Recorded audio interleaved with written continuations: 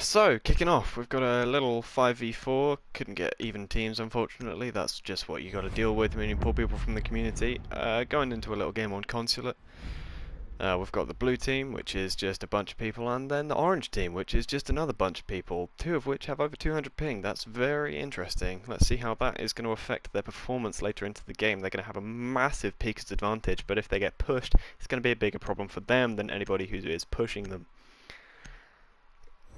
Starting off the bands with a Kali and a Blitz, and that's a Bandit joining them on Consulate. Bandit is quite a big ban because Bandit is quite a common pick, especially for the basement defense. They're going to have to rely on a Cade who isn't going to be as easy to trick against a Thermite and a Thatcher, especially considering both are still in play. Warden ban, not very orthodox pick, but if they bring out a lot of Ying, a lot of Glass play, then that Warden ban could be very influential. Clash pick going to come out on the first defense, which is going to be on Garage. Looks like the blue team have guessed that correctly, bringing out the Thatcher and the Thermite and the Twitch with just about everything that they need to get that wall open. It'll be interesting to see if Ash and Zofia go up into the piano room and open the floor. And with that said, let's get into the first prick phase. And defuse as many bombs as they can. Still getting used to the controls. Attackers have discovered the location of a bomb. There we go. So on defense, we've got a simple. Looks like we're going for a. Bomb located I by was about to attackers. say a default strat here, but that mirror is anything but default. That echo might be an interesting pick, especially if he can keep his echo drones long enough to be able to deny the plant that is undoubtedly going to come down behind that white van. The mirror as well could be an interesting pick if she sets her mirrors up right, but it looks like she is very much not going to do that. 5 seconds left. Especially considering the Twitch has already taken out one of her mirrors, Attackers are heading leaving out that to wall defuse a almost bomb. entirely unreinforced and with a massive hole in it. The Doc could use that to his advantage and play an angle that could catch the attackers off guard, but it's highly unlikely that anything will come of that from the defenders, and it will probably just be a massive detriment to their side.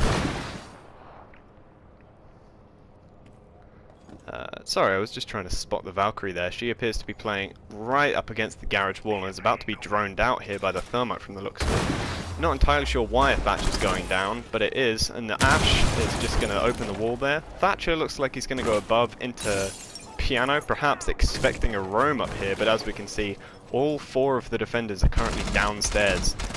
The attackers have almost the entire map under their control and can do whatever they want with it. Valkyrie going to be playing at the bottom of yellow stairs, while Ash repels up to the yellow stairs window. Again, they think that there are roamers, and there just simply aren't. I'm wondering how long it's going to take for them to figure that out. Because once they do, they're going to do what this Thatcher back here is doing, and just push the defenders, because there's, quite frankly, nothing they can do about it. And that's one down, that's the Echo, that's going to be a big pick. That's all of their plant denial gone, except for that C4 that Mira has in play, and that Valkyrie has in play. But that's the Mira down, only one C4 left for the plant denial. Twitch is going to take some damage there as she moves up to the wall. Thatcher's going to be breaking into the back room, but Valkyrie is watching that door through a mirror, and she's tagged, and she's gone. The mirror 2 is gone, and Thatcher cleans up that dock, playing on pipes at the bottom of yellow stairs. The attackers take round one in a flawless round. If you ask me, that wasn't really a very good setup at all from the defending side, even down to the operator selection. They had some good ideas with Echo and with the mirror, but it just did not play out, probably because they're not taking this at all seriously, seeing as their second pick is contested, actually, as to where the defenders will be defending in this round. It's a similar setup from the defenders, and the attackers still have that Thatcher Thermite combination, but this time they're bringing in Maverick to make that opening wall capability even more potent. That fuse is going to do great work at basically clearing out any utility. Barbed wire, who can burn the ADSs, If he catches that clash or a mirror, that'll Defenders, protect be a your bombs big from being detriment to the defused by defending team. attackers. And as we can see, the defenders have chosen Archives Tellers as their secondary bomb site, which is an interesting pick. It's often completely ignored in Pro League, except when it's absolutely necessary. And the attackers will be droning it out, and they know exactly where it is. I'll be interested to see if they try and do a roam clear again this time. That Jaeger may actually go for a roam this time, which would make it somewhat more interesting for both sides. And they appear to be setting up 5 seconds to go. in a somewhat more conventional manner. Valkyrie's going to be throwing a cam outside. There isn't an IQ on the attacking side to be able to spot that, so that could be very, very annoying. Mira there going to be destroying her own piece of barbed wire, which is somewhat interesting. Thatcher's just going to roll right up to that window, and Maverick on the door. Clash. This is a very interesting clash play. Attackers have dropped the bomb diffuser. And it appears to have worked. That's... wow. Maverick is down, and down goes Zofia with him. This is quite an interesting play from the defenders here. That's 2 attackers down, giving the defenders the man advantage. Literally not even 1 minute into the round. That is going to be evened up though by the thermite down in garage. As the Jaeger goes down, he was on that roam, but it has not affected the round in any meaningful way. Valkyrie's going to be sitting down in Archives, while the other 2, Mirror and Clash, are up in Visa. Diffuser is down outside Visa door, but the attackers do not seem to be paying any mind to that right now. They're focused on clearing that bottom floor roam. Mirror there trying to take out the fuse with a nitro cell, but it doesn't connect, and then the Thatcher just puts her down. Clash is still focused on the diffuser, while the attackers have taken almost the entire map, leaving the defenders with just Archives and Visa control right now. They're going to drone that Clash out. The Thatcher's going to come in. Is he going to pre-fire that Clash? He certainly is, and he's going to shave almost all of her health off. She's going to get a hit in, but there she's gone with a team kill from the Valkyrie. That's Attackers recovered the diffuser. The attackers have now grabbed the diffuser, and it looks like that Thatcher's going to be going in for a plant now that he knows that nitro cell from the Valkyrie is gone. He has nothing to worry about with this plant here. The Valkyrie has absolutely no information, and the thermite is about to pick her off, and there he goes. So that was just, quite frankly, a good execute from the attacking side. They didn't focus on the site at all until they absolutely needed to, and when they did, they watched each other's flanks, they pushed the right places, they took out who they needed to take out, and overall just a good round from the attack. The setup from the defense was a little bit better than it was last time, but I still get the feeling that these guys aren't treating it all seriously. And as we go into the 3rd round, the defenders are going to be going up to the top floor, console office and meeting room. Bringing a Cade for some reason. Sixth picking off the Cade. Mark my words. And this time they are going to be bringing the attack and IQ to deal with that Valkyrie, who no doubt has been annoying them a lot. And it's going to be very beneficial for taking out the alibis and the Jaeger ADS as well. That does, however, mean that there is no Thatcher in play, meaning that opening Attackers need to locate and defuse opening the wall from long desk into the A-bomb site might be a little bit harder.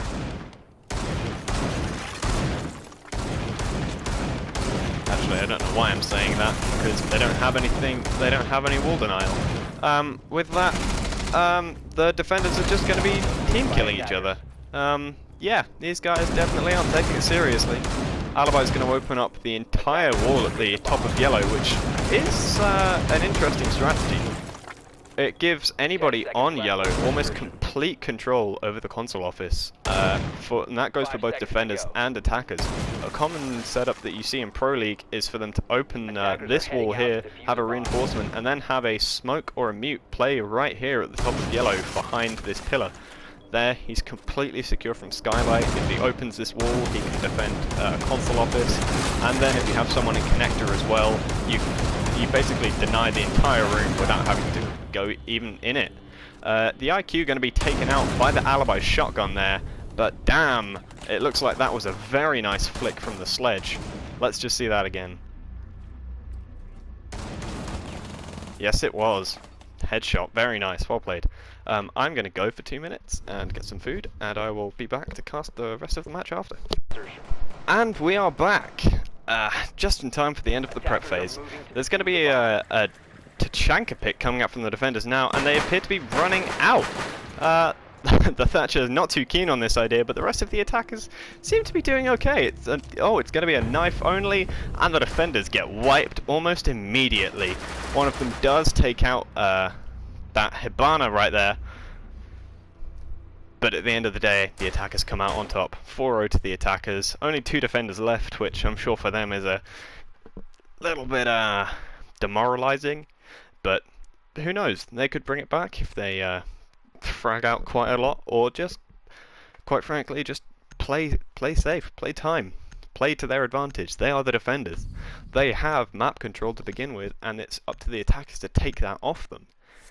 If the defenders don't let them do that, or don't let them take site control at all, then the defenders still have a very realistic chance of winning, however slim that is. The 6th pick going to be coming off the Valkyrie here onto a Vigil, perhaps trying to bait out an IQ switch, but it's actually going to be a switch off Blackbeard and onto Ying. Attackers need to locate and defuse bombs. Now obviously there's no Jaeger in play, meaning that Bomb Ying located can by basically attackers. use whatever she likes. Vigil here going to be having Located the bomb. some trouble getting the drones, and Smoke would appear to be having an equal amount of trouble. It'll be interesting to see if this trouble carries on into 10 seconds left attempting before to shoot insertion. the attackers upon their entry. It's going to be a lobby and press room defense, but they don't appear to have done any site setup whatsoever, instead choosing to run out again, perhaps this time actually trying to kill the other team. Or is it perhaps another knife-only match? It looks like it is. The Ying is going to be coming in full force, but the defenders have stacked up in a defensive position, but the Ying takes out the smoke. It's just the Vigil left. Looks like it's a 1v1. The other attackers, no. Yep, it is a 1v1, but the Nomads bring in some dirty play. Look at this. That air jab is going to go down in the middle and throw them both back. The Vigil and the sledge. The Vigil takes it. The sledge goes down. Interesting that he didn't try to use that hammer of his for a little extra reach. The Ash and the Nomad both in an attack position here. The Ash is running in full force, but they're both too scared to go in. The Ash tries to play it off with a flashbang, but the Vigil is going to stay far away enough that he can outlast the flashbang. Attackers have dropped And the bomb Vigil diffuser. takes out a second. That's a double kill for him right there. Can he go all the way? Can he ace? If he keeps it at these 1v1s, yes, that's a third. The trick to an ace is to isolate each and every one of the gunfights, make them 5 1v1s that you just keep winning over and over, and that's exactly what this Vigil is doing here. It even works with knife fights, and the Ying is being courteous enough to let him fight on his own, but then the Hibana just brings him down and ends his streak right there. That takes it to 5-0 for the blue team. Up next is the final attacking round for the blue team. We'll see how that goes. I think it will be interesting to see how the 2 defenders play the match out once they switch to attack. Will they just try and rush? Will they once again go for a knife-only match, as what appears to be happening now? They are talking in party chat somewhere else. I've left the party, so as not to carry favour with either side, so to speak. It's going to be a 6th pick Cav pick coming out, and a 6th pick Yana. Those are 2 very interesting players, both about illusion and deception. But I must say, there's a lot of fast operators coming out on Attackers both need to sides. locate and defuse as many bombs as they can. Now, a lot of people, including pro players, say that Bomb speed located by attackers. is much more valuable than armor in almost every situation. don't need to tank the shot if you can dodge it. It does look like it's going to be yet another knife fight.